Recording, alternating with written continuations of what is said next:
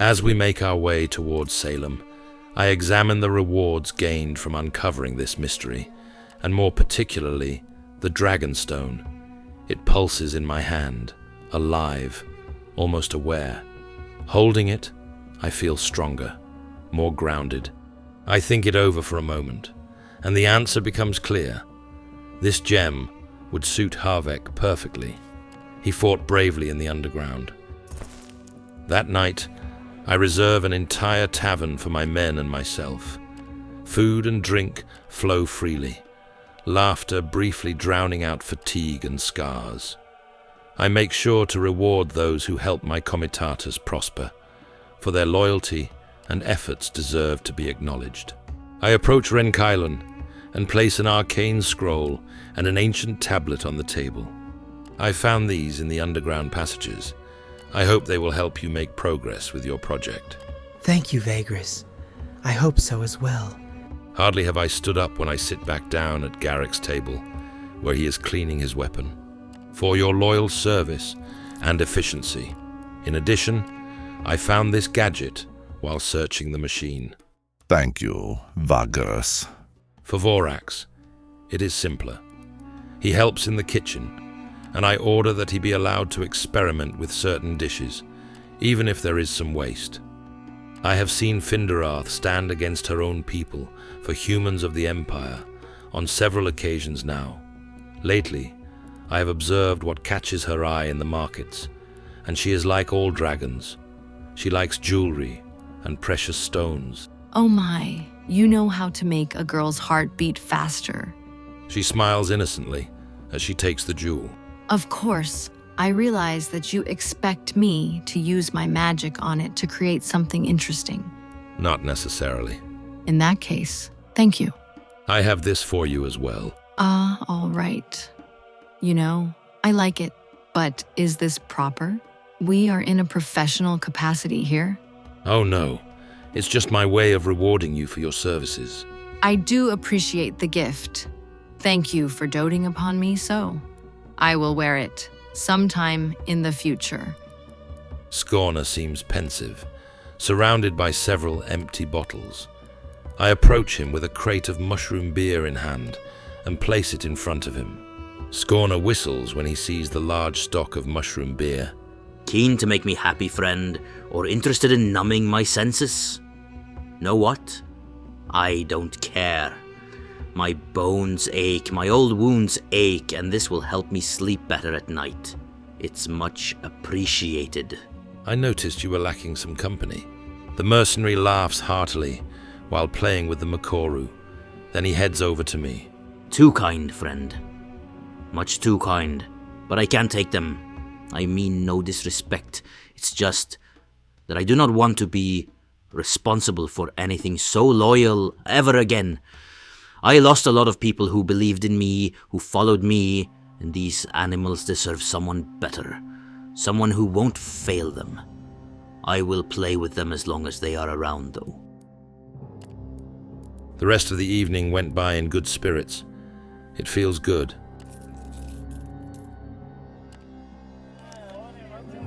Despite the price, I'm filling up on supplies since we're heading into an area that's new to me.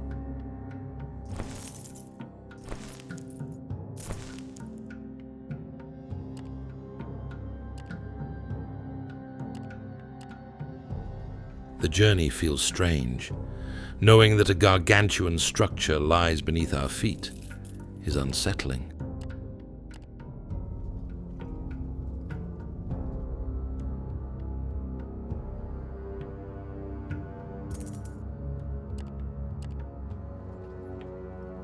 The comitatus trudges along endless rows of slave pens, ramshackle cottages, and fences as we make our way toward the center of this enormous encampment. Most of the slaves look so haggard that they do not even raise their eyes to watch my line of crew and beasts pass by.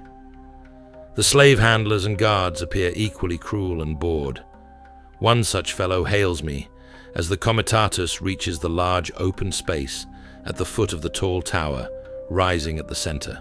I'm to take you to the Overseer, Vagrus. Stannard Proto. Portok. You must come with me. Garrick, I entrust the comitatus to you in my absence. I expect to be taken to the large barracks directly beneath the tower, but to my surprise, the guard escorts me to a smaller building several 100 feet away. As I enter, I realize it is a slave brothel that houses the overseer's offices on its top floor. I climb the stairs and reach a door at the end of a corridor. The guard tells me to wait, knocks, steps inside, mutters something, then steps back out. Come inside, I haven't got all day. The office is starkly simple, furnished with a single table, a few chairs, and an archway leading out to a balcony. A tall, lean man stands inside, his elongated face framed by fleshy growths, a clear mark of the taint. His tunic is surprisingly ragged for someone in an official position, but the bronze medal hanging at his throat marks him unmistakably as a military governor. And what do I owe this distinct honor? It is indeed a rare boon to entertain distinguished guests at this remote outpost. In other words, what is a well-traveled entrepreneur like you doing in a fucking shithole like this? I'm here on business, just looking to see what the camp has to offer. Well then. He dips his head, opens a drawer, produces 2 glasses and a bottle of booze, pours for both of us, and hands me my drink. He downs his without waiting, and immediately pours himself another. Welcome to fucking Auguros. He takes a seat and gestures for me to sit at the table. Don't let the fact that this is a prison colony fool you. We've got your needs covered, Vagrus, and the certainly voracious appetites of your crew as well. The girls and boys in this very building are clean and well-groomed as they come. Though I recommend you follow the guidance of the chief whore when you take your pick. Most of the stock serves the guards regularly, and those might be less clean and well-groomed. The overseer drains another drink and pours again. We have supplies to spare, and of course salt. Enough fucking salt for you to load up your comitatus and then some. If you're in the mood for special business talk, I suggest you settle in and return to this office. For supplies and salt, though, go see my clerk. I can't be asked to bother with that crap. He leans back and studies me for a few moments, then points toward the door. Go on. You're free to leave, my good Vagrus. Or we can chat if that's your heart's desire. I've got nothing urgent right now. Tell me a little about yourself. The overseer pretends to be surprised. By the gods below and the Emperor's golden cock, what an auspicious day this has turned out to be. A humble yet hard-working imperial official like yours truly has become the subject of inquiry by an esteemed and industrious traveler, a champion of the people, a conqueror of the wasteland, no less. The sheer fucking glory is about to overwhelm this poor soul. I jest, my good Vagrus. Do not think less of me for it. I am largely unaccustomed to such scrutiny, but I am sure it was meant well. Now there are really only a handful of things one needs to know about me. I'm sure you've already figured out the most important one. I run this fucking place, courtesy of the holy, blessed, intricate imperial bureaucracy itself. But make no mistake, my dear Vagrus, this is exile, of the cruelest sort, I like to think. Those cocksuckers dreamed up this punishment for my transgressions back in the capital, and their cunning in such matters knows no bounds. A humble but hard-working fellow such as myself, with a penchant for the cerebral, the occasional carnal pleasure and material gain, all but locked away in Tartarus, in a place this remote. I'm sure you can understand.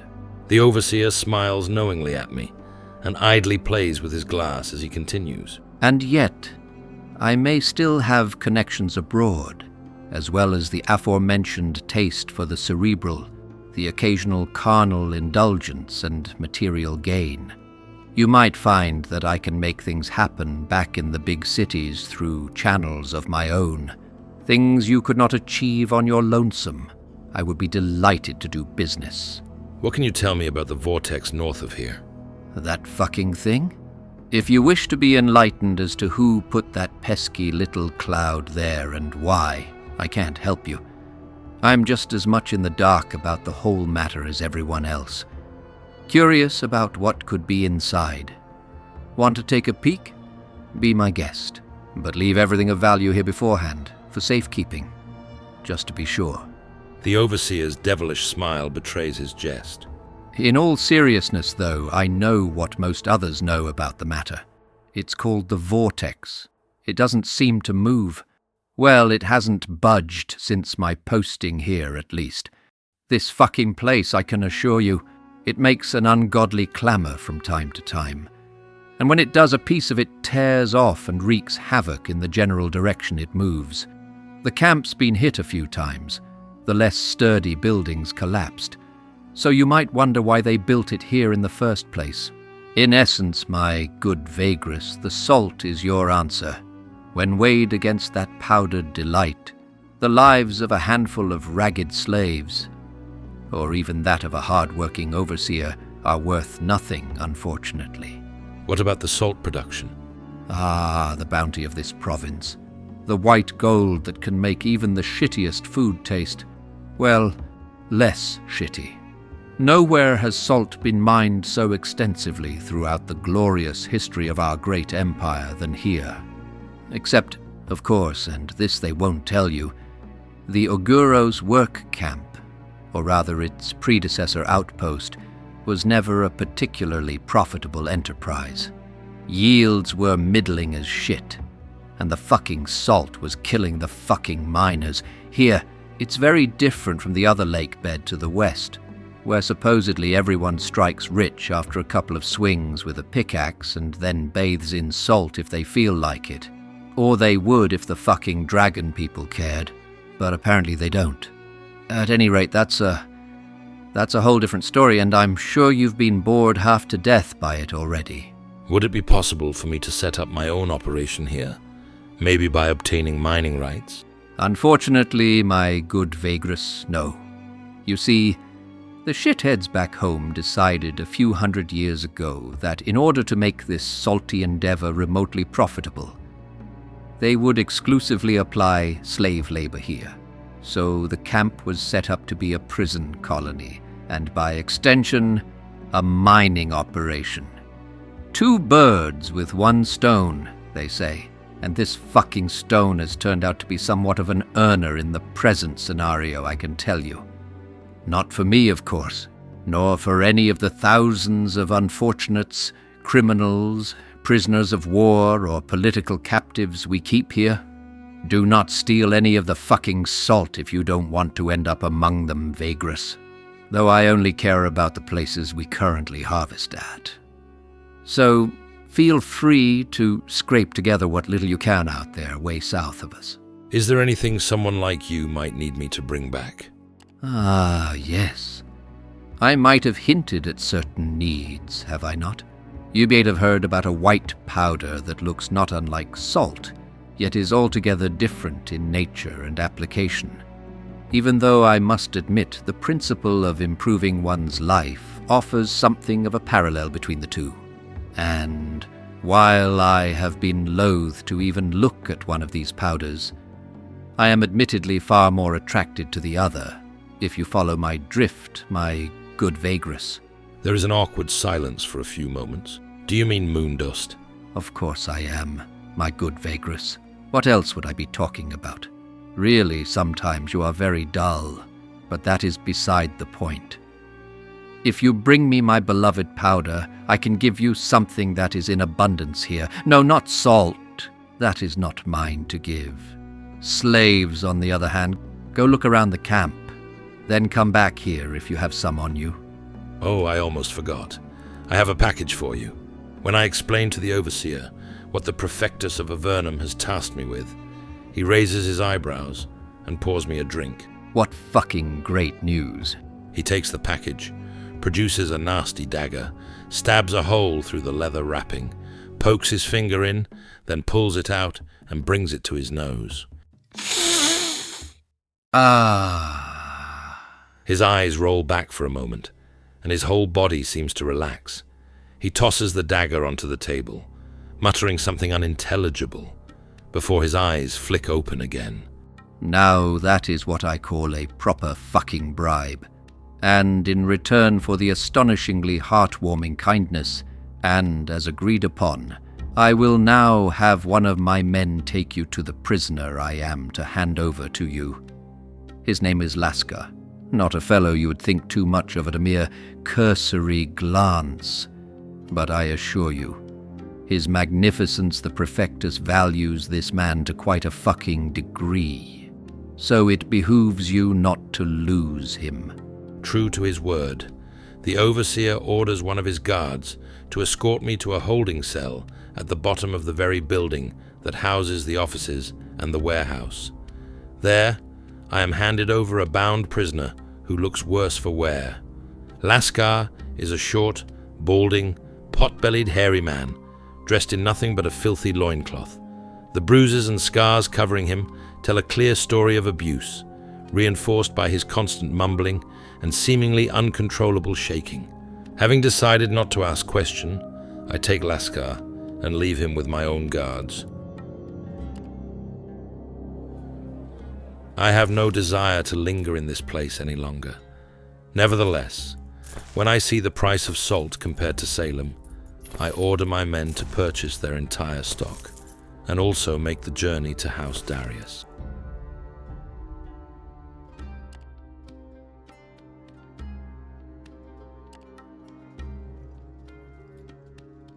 Suddenly, a small horde of undead emerges from the vortex and advances toward us. Given their numbers, I order my men to take position and eliminate them. The charge is swift, and nearly all of the undead are destroyed. The last few do not last long. However, one of my slaves was in the wrong place at the wrong time and perished.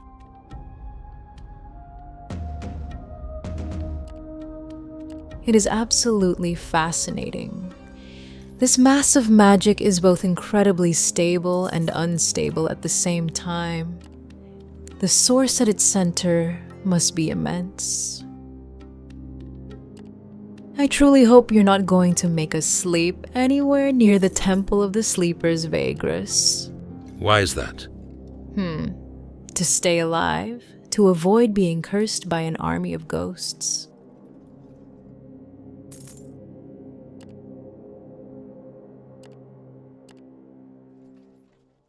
I am pulled out of my reverie by one of my combs shouting and pointing ahead, where a single rider can be seen charging right toward the Comitatus. Not knowing what the intent is, I order the fighting crew to form a perimeter and begin drawing the carts into a defensive formation. The rider slows down when he reaches our position and stops at a stone's throw from my grim-faced comes. I can now see that it is a dark-haired young man mounted on an Ifreani, wearing flowing desert robes the color of sand. He raises his right hand high to signal his peaceful intent. Hail, Vagrus. I come in peace. My name is Deven, and I must talk to you. Can I approach? Seeing no immediate threat, nor anybody else accompanying Deven, I allow him to come closer. Still staying behind the defensive line of my crew, I wait for the fellow to gallop closer and stop 12 feet from me. Thank you, Vagrus. I am here to tell you that the man in your keeping, the one called Laskar, was taken prisoner illegally, and I am here to ask you for his freedom. I know that you were tasked with returning him to Avernum, but know that you are doing the bidding of a tyrant. Almost certainly you were lied to. Laskar is my brother-in-law, and I would like to take him now. You should also know that a lot of people are invested in seeing him freed. People you do not want to make your enemies. Are you threatening me? Take it as a warning, rather. If you won't do the right thing, you leave us little choice. But I trust your conscience will prevail. Hand me Laskar and I will disappear, taking with me this whole mess. What say you? Some of the crew look at me with bated breath, while others spy the horizon in the hopes of catching a glimpse of Javeran's supposed allies. You should be careful who you make that kind of warning to, and I advise you to leave immediately." Unfortunate. He turned his draconic mount before sprinting toward the horizon, disappearing in just a few minutes. He will come back, you know. I know. Increase the patrols, and make sure everyone stays on their guard for the next few days.